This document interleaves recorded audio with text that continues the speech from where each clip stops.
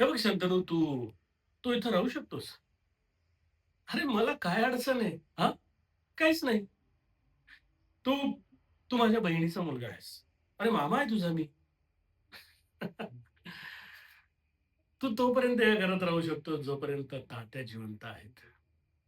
पण मात्र एकदा की तात्या गेले, मग मात्र तुला माझ्या मनाप्रमाणे चालावं लागेल.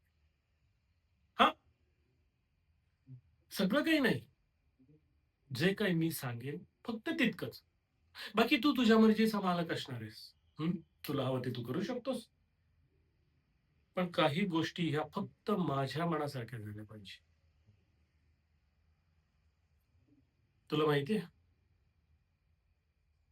हे ऐश्वर्य, हे वैभव, हे कोणामुळे?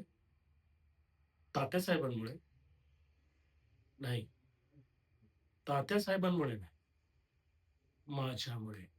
हो, मी कमवलंय हे माझ्या कष्टाने, माझ्या अकलेने, माझ्या हुशारीने कमावलंय. आणि तात्यासाहेब त्यांचं नाव लावून बसल्यात. हं, याला फार काळ लागणार नाहीये. येणार. हे माझ्या हातात लवकरच येणार. तशी तरतूद करून ठेवली मी. हां.